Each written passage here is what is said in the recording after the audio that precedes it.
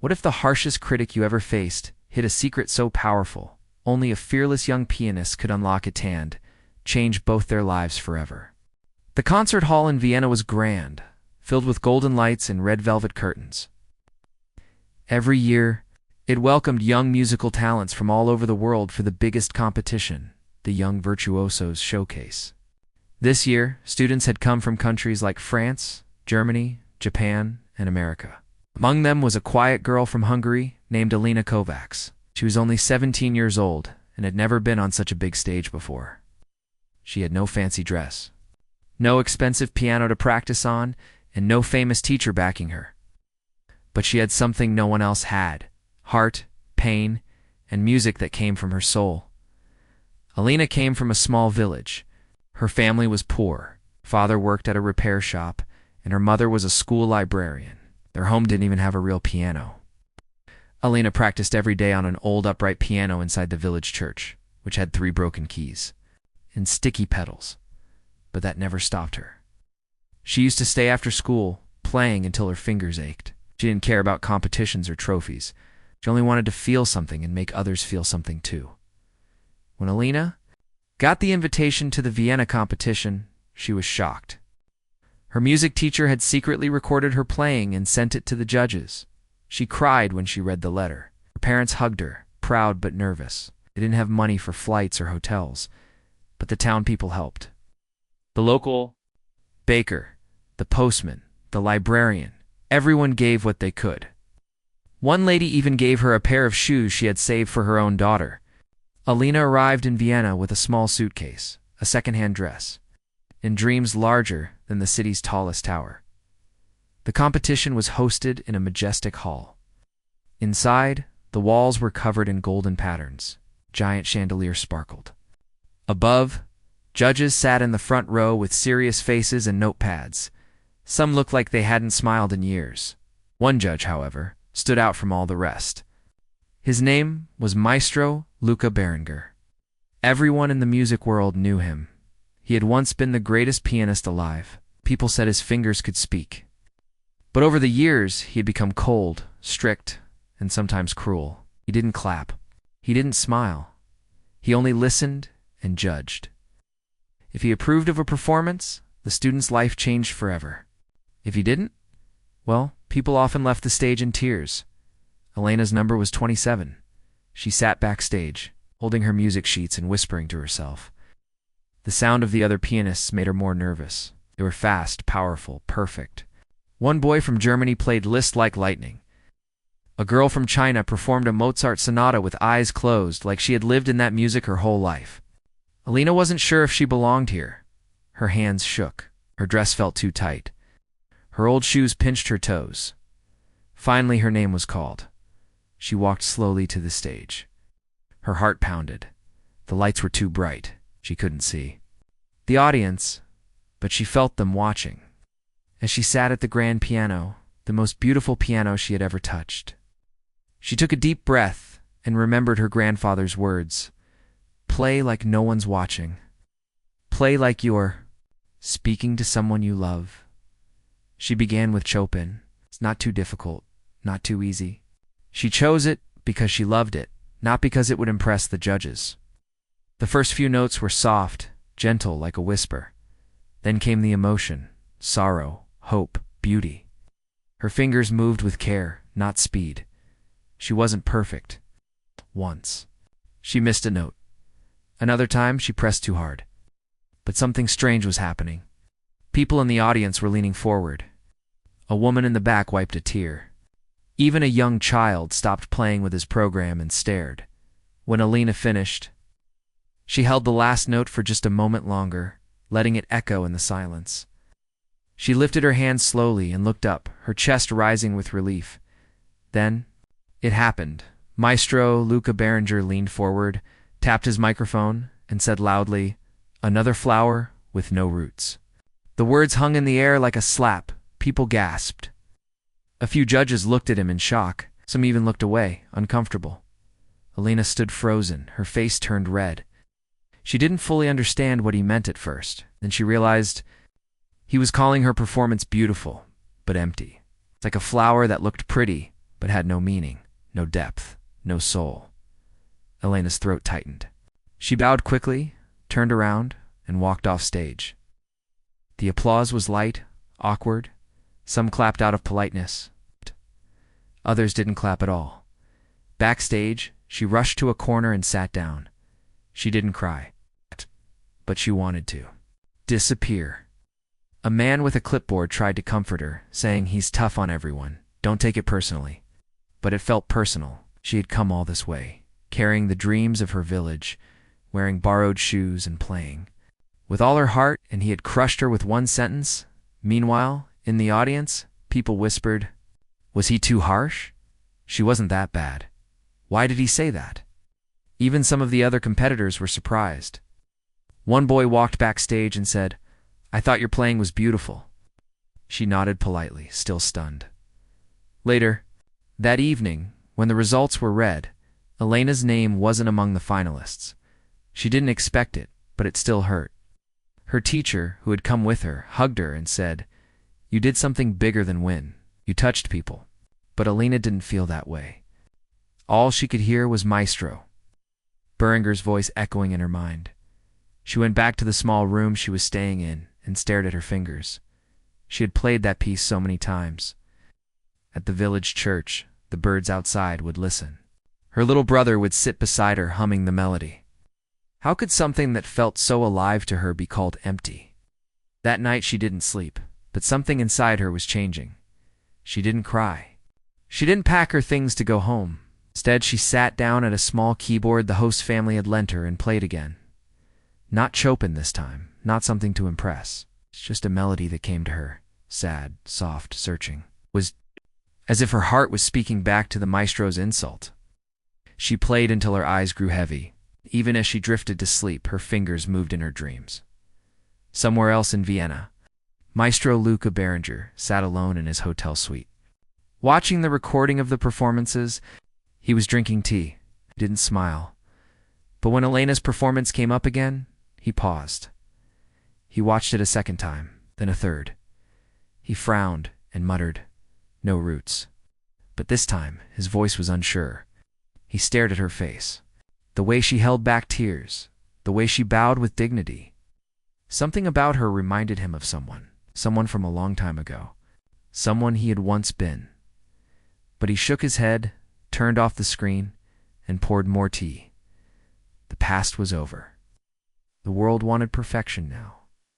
And yet, he couldn't stop thinking about that final note she played, like a whisper that refused to fade. Elena didn't know it yet, but her story was far from over. Music had planted something in the heart of a man who had forgotten how to feel. And soon, the whole world would hear what she was truly capable of. And this time, no one, not even the maestro, would call it empty.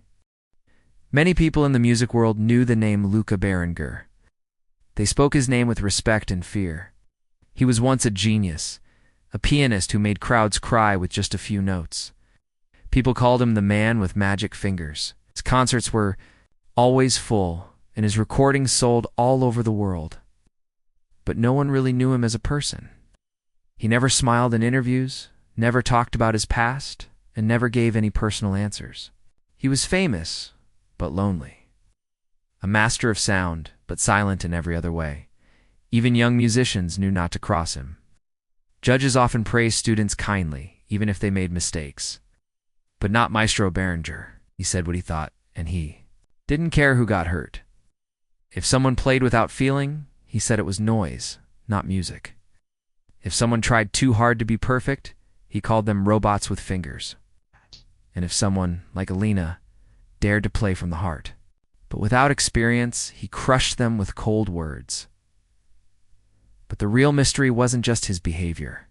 The real question that followed him like a shadow was, where did he go for 10 years? From 1992 to 2002, Luca Beringer disappeared from public life. One year he was playing at royal concerts, and the next, nothing. No interviews, no concerts. No music, people guessed. Some said he had a nervous breakdown. Others thought he had lost his hands in an accident. One strange rumor even said he went into the mountains to live in silence, like a monk. But the truth was darker, and fewer people knew it. Marta Jelanek was a music journalist from Prague. She had been following Maestro Berenger's career since she was a teenager.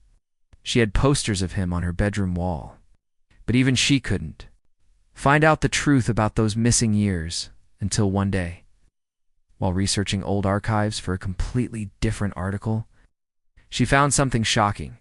She was digging through government documents in a quiet library in Vienna. Most of the files were boring: taxes, permits, court fines. But then she found an old folder, sealed and hidden between two books. The folder had a stamp, classified 1993 to 2001. Curious. Marta opened it. Inside were court records. From a trial in 1993, the name on the first page made her freeze. Luca Berenger. The document said he had been arrested for subversive actions and civil disobedience. He had been sentenced to prison in his home country, a place that, at that time, was ruled by a military government. Marta couldn't believe it. The great Maestro Berenger, in prison. She read further. He had spoken out during a concert, refusing to play a piece that honored the dictator. He had called the regime a cage for the mind. That same night, he was arrested. No one in the outside world knew because the government had controlled the media. They told the world he was ill and needed rest. They erased his concerts and interviews. His name vanished from newspapers and posters. Marta sat in that quiet library for hours, reading every page. One thing stood out. It was a small note written by a prison guard. The guard mentioned that Berenger had refused to speak to anyone for weeks. He didn't eat much, but he did something unusual. He scratched musical notes into the prison wall using a piece of metal from a broken chair. Every day he added more notes. The guard said the melody was strange, sometimes soft, sometimes violent, but always beautiful. They called it the black music because it was written in soot and ashes. The note ended with the line, "He doesn't write to escape, he writes to survive." Marta closed the folder. Her heart was beating fast. She realized this was more than a lost story. It was a hidden piece of music history. But no one had ever found the full piece. Just rumors.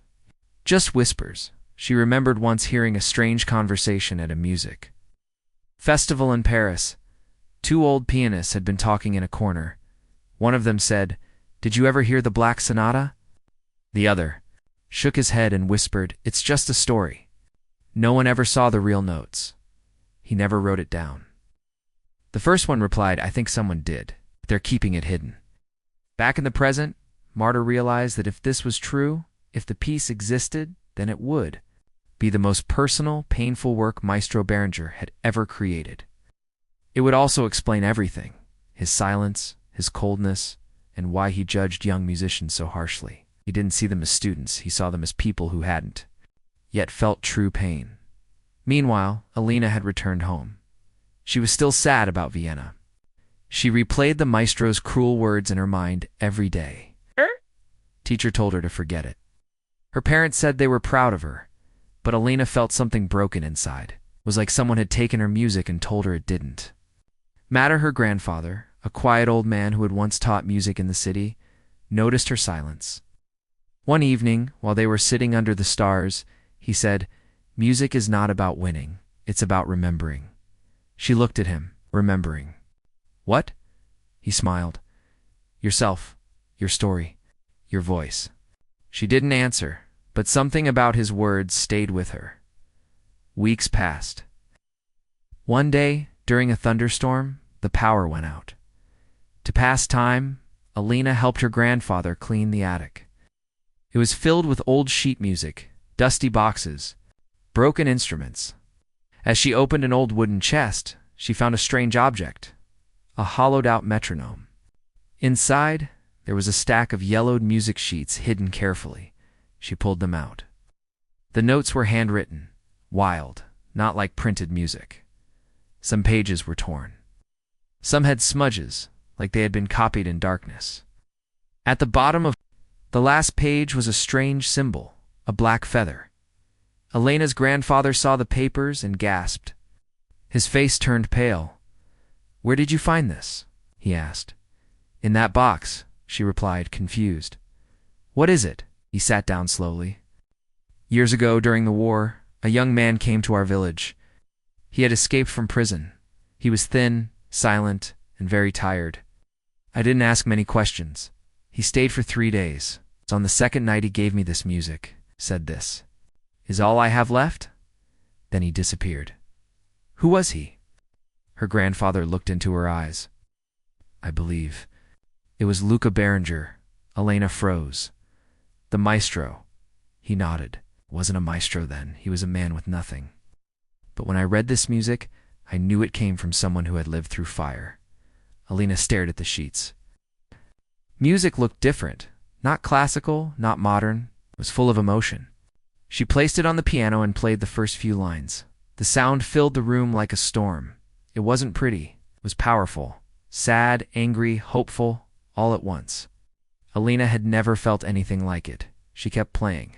Grandfather closed his eyes, listening. When she finished, she was out of breath. This is the Black Sonata, he said softly. Elena felt her heart beating fast. She had been told she had no roots.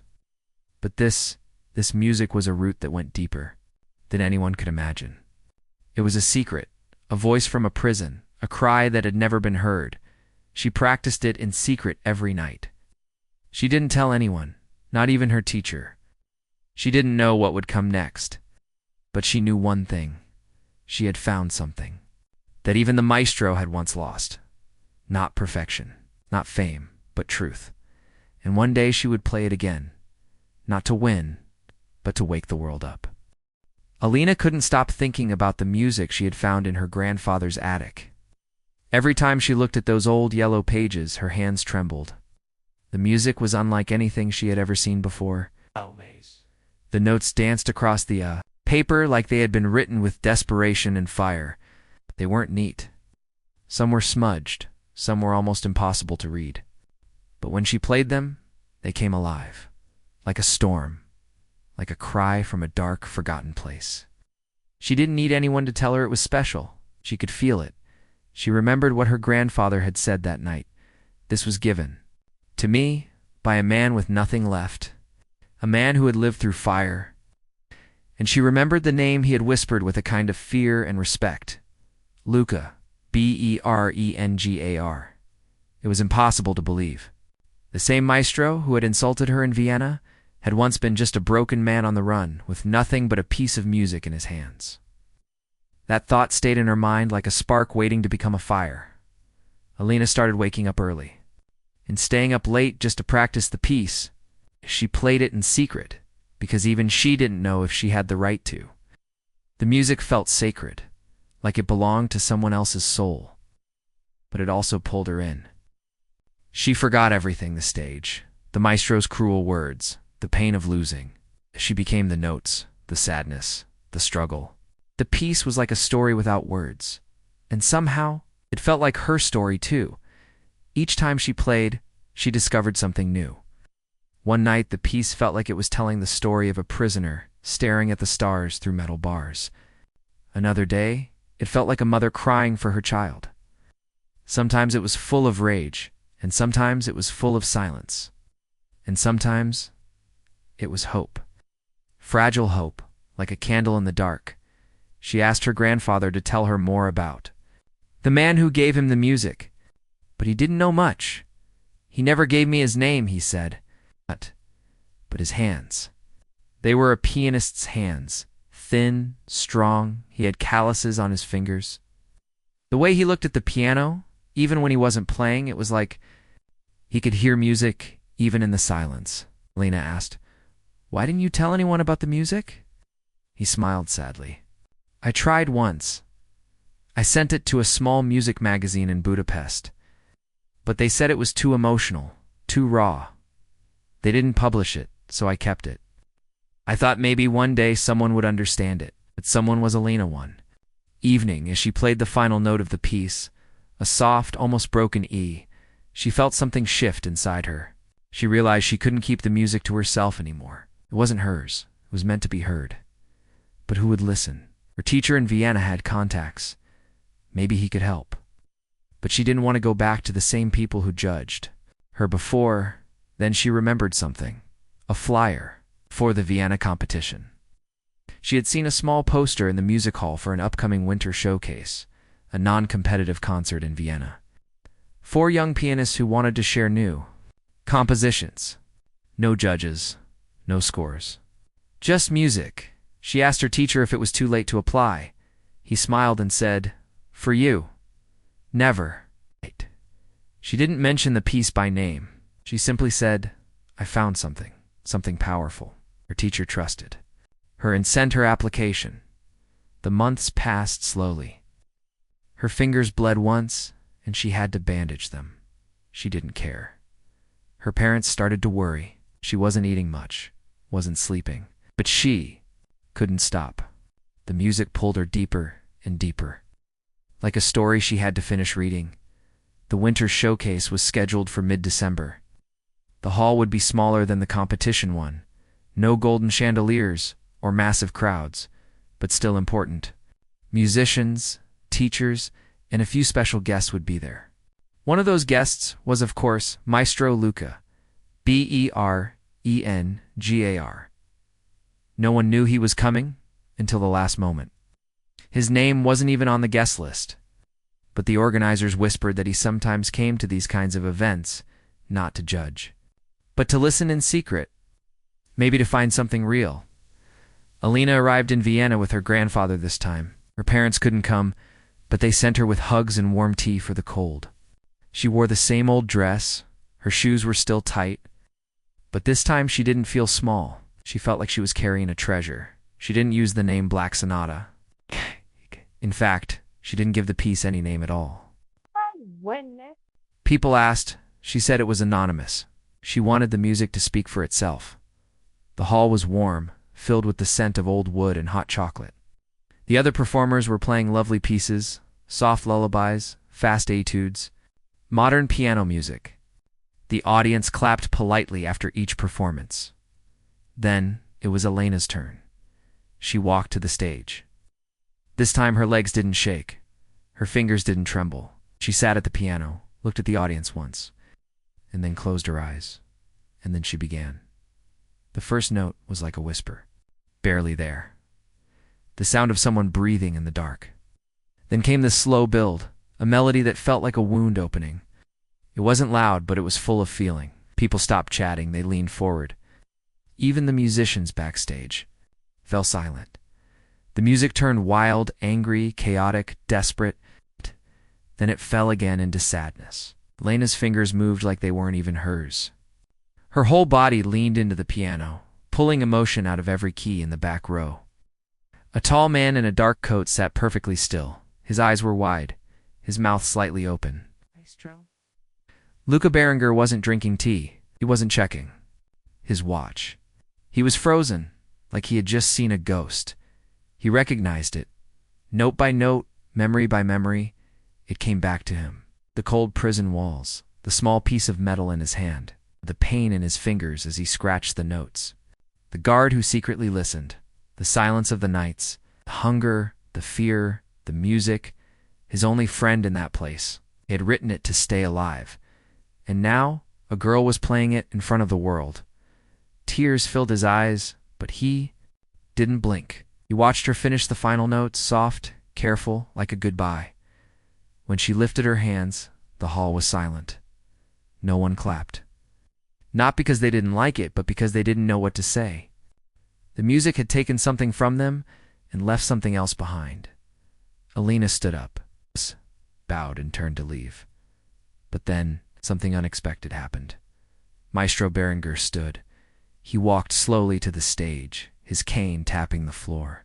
The crowd parted like water. Everyone stared confused. He climbed the steps and stood beside her. For a moment, he said nothing. Then he leaned forward and whispered, "Where did you hear this?" Elena's voice was soft, from someone who survived enough to still believe in music. She reached into her bag and pulled out the original. Handwritten sheets?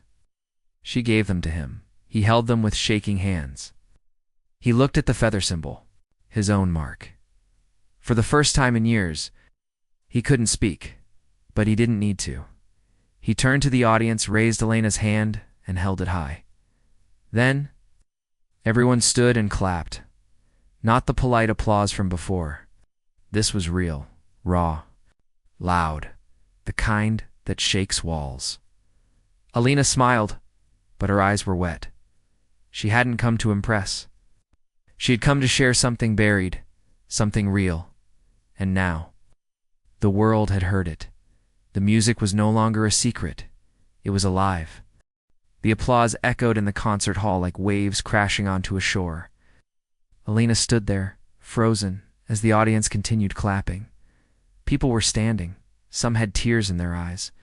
A few held their hands over their mouths in shock.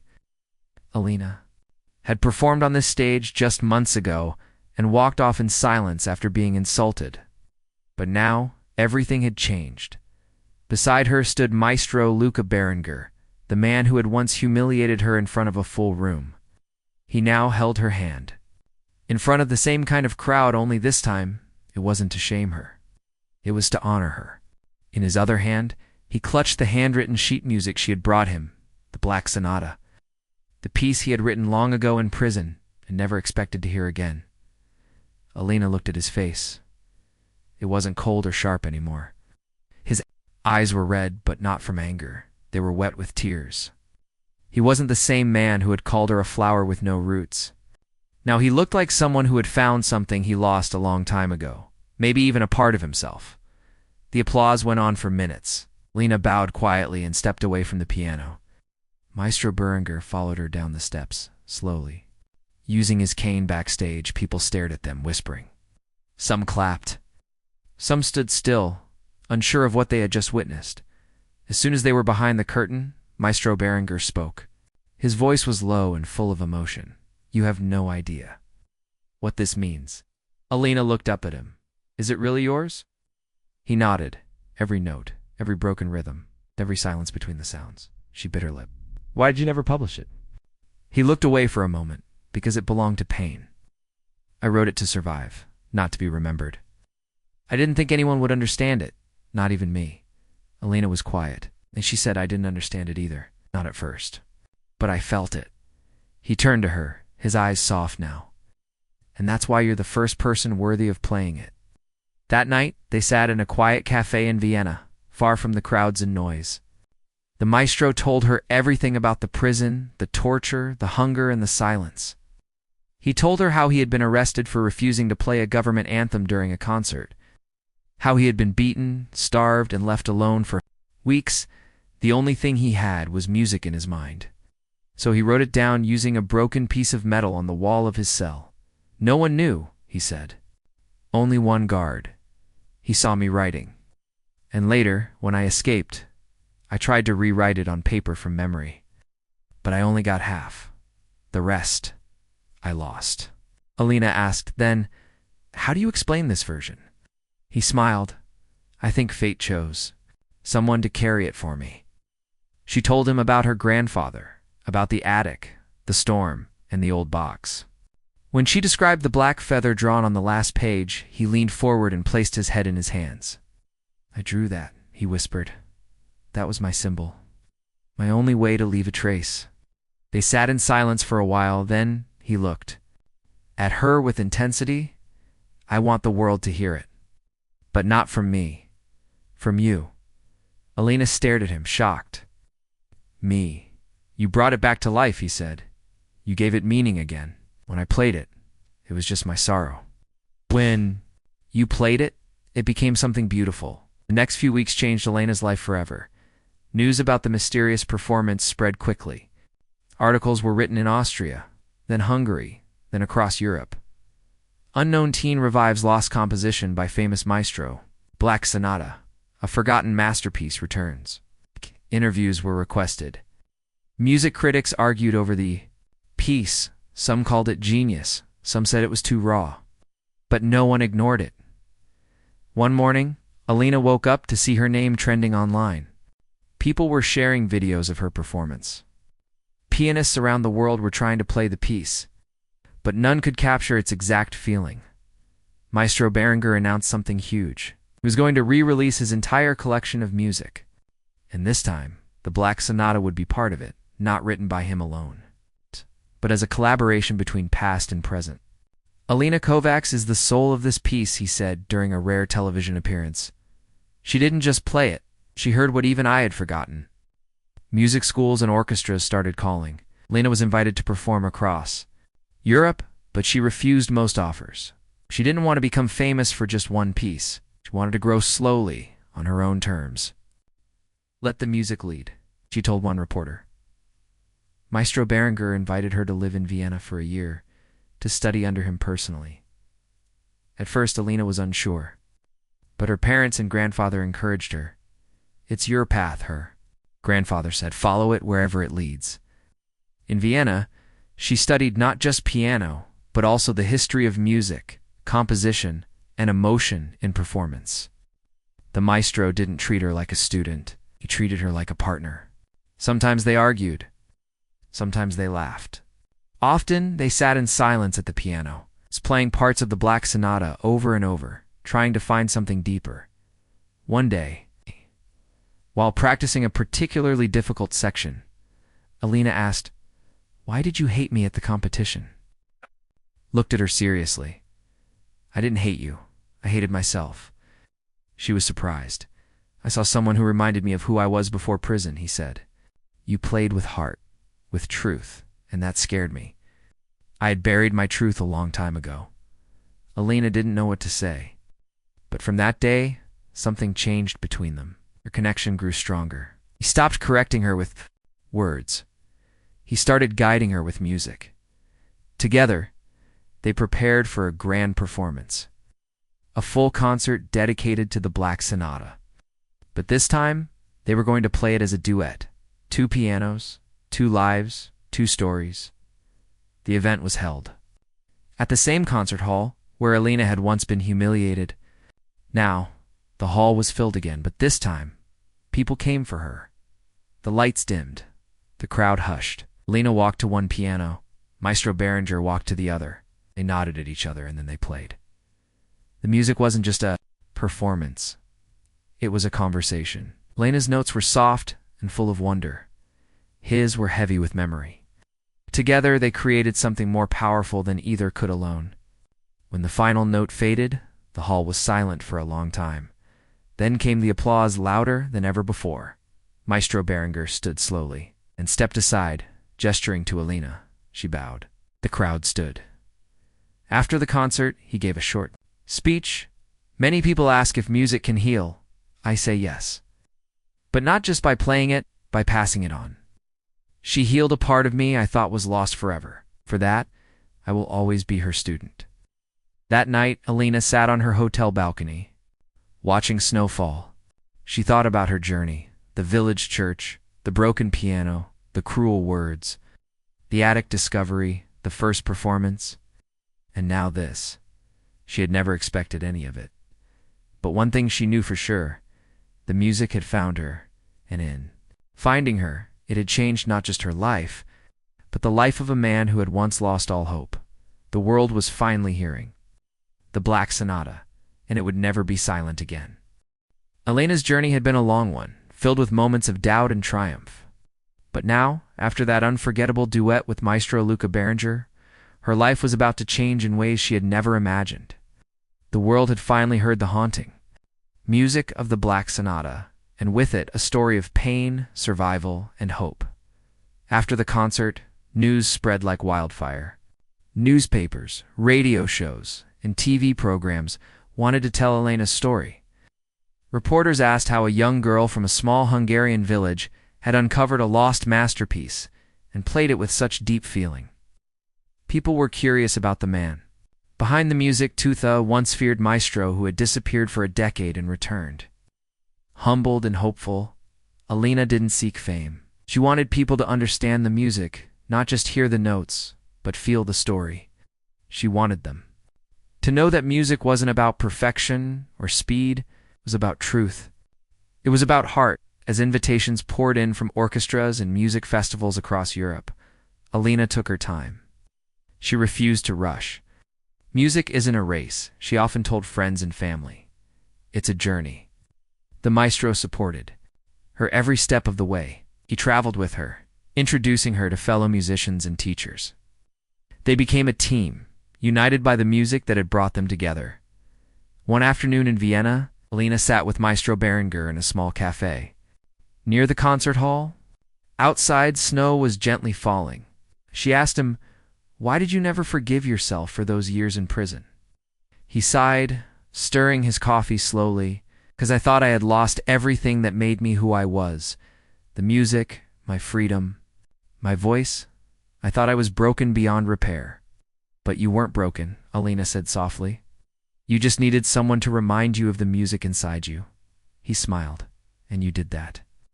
As time went on, Maestro Berenger shared more of his unpublished works with Alina. They worked together to edit and prepare the pieces for public release. The maestro's once hidden music was finally ready to be heard by the world. Alina also began composing her own pieces.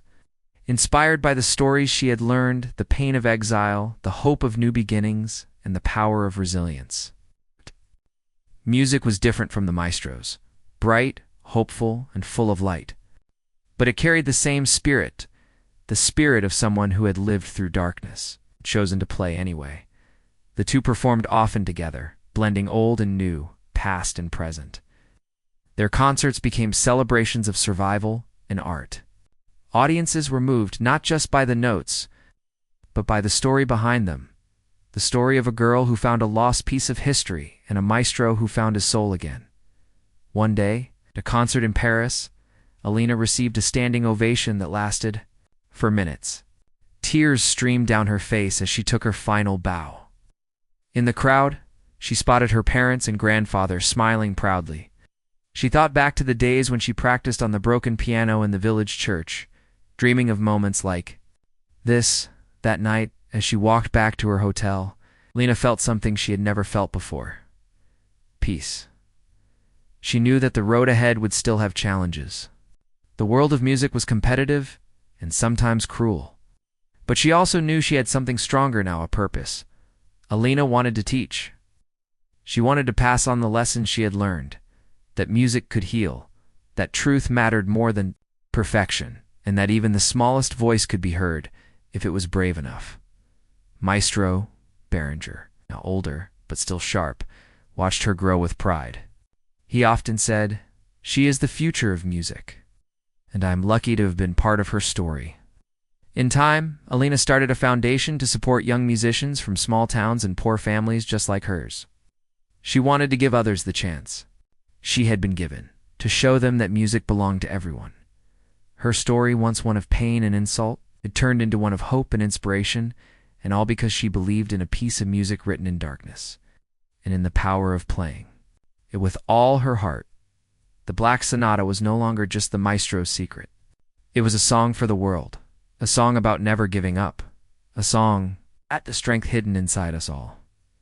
Alina had become more than a pianist. She had become a beacon of light, proof that even the deepest shadows could be transformed by music. And as the years passed, whenever people heard the haunting melody of the Black Sonata, they remembered her name, because she had dared to play the music no one else could.